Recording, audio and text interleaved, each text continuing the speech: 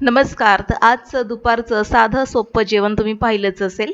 तर आज आपण सुकट भरून भरली वांगी बनवणार आहोत. तर इथे एका बाउलमध्ये मी अर्धी वाटी सुकट घेतलेलं आहे. आता हे सुकट मी भाजून घेतलेलं नाही. या सुकटला आपल्याला असं स्वच्छपणे धुवून घ्यायचं आहे. तर या सुकटला मी छान असं 1 ते 2 पाण्याने धुवून घेणार आहे. सुकट मी 2 ते 3 मिनिटासाठी पाण्यामध्ये धुवून मी असंच ठेवून दिलेलं आहे.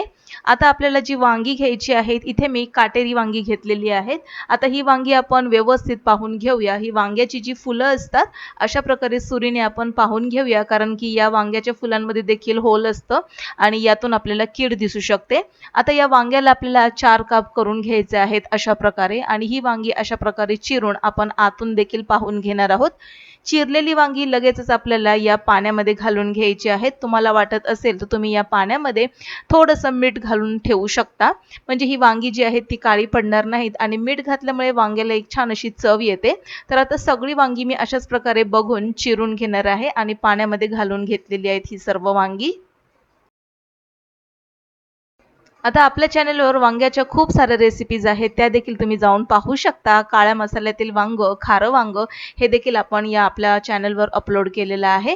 आता ही वांगी पाण्यामध्ये ठेवून देते, तोपर्यंत आपण मसाला बनवून घेणार आहोत. एका मिक्सरच्या भांड्यामध्ये एका मध्यम आकाराचा भाजलेला मी कांदा घालून घेतलेला आहे.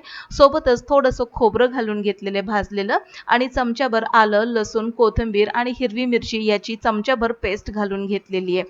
आता हे जे सुकट आपण ठेवून दिलं होतं पाण्यामध्ये, या सुकटला आपल्याला कढईमध्ये भाजून घ्यायचं आहे. आता हे सुकट थोडंसं ओलसर आहे. 1 ते 2 मिनिटासाठी याला आपण असंच परतून घेऊया आणि छान असं कुरकुरीत भाजून होण्यासाठी यामध्ये थोड्या वेळानंतर मी चमच्याभर तेल घालून घेणार आहे. आता यामध्ये आपण अर्धा चमचा मी तेल घालून घेतलेलं आहे, कारण की सुकटचं प्रमाण इथे कमी आहे. आता हे सुकट कुरकुरीत होईपर्यंत आपल्याला भाजून घ्यायचे.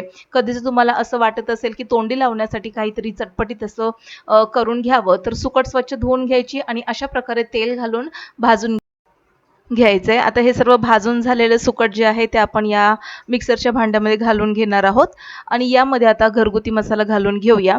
तर जवळपास चवीनुसार मी 1.5 चमचा मालवणी मसाला घालून घेतलेला आहे. थोडंसं चवीनुसार मीठ घालून घेतलेलं आहे आणि आता हा मसाला या वांग्यामध्ये भरण्यासाठी आपण तयार करून घेतलेला आहे. आता ही जी वांगी आहेत यामध्ये आपण हा मसाला भरून घेऊया.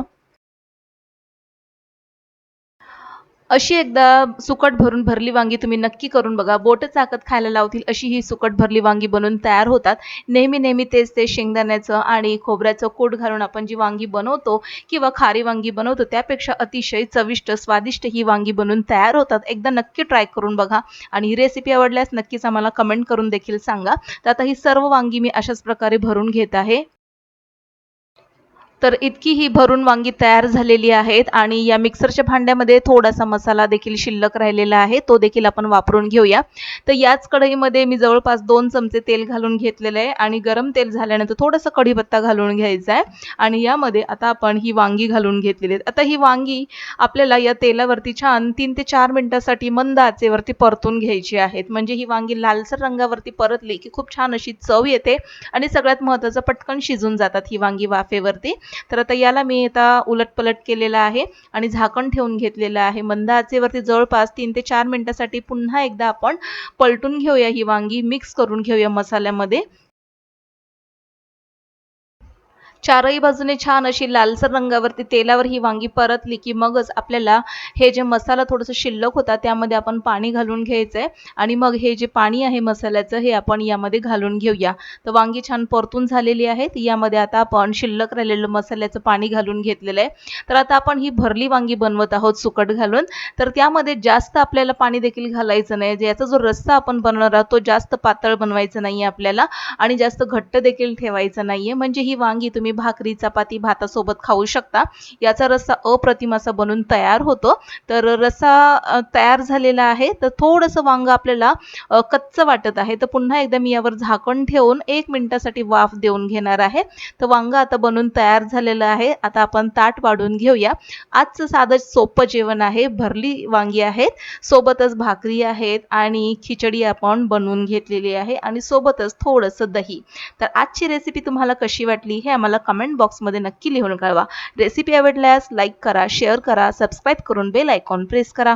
पुन्हा भेटूया नवीन एका इंटरेस्टिंग रेसिपीसहित. तोपर्यंत बाय.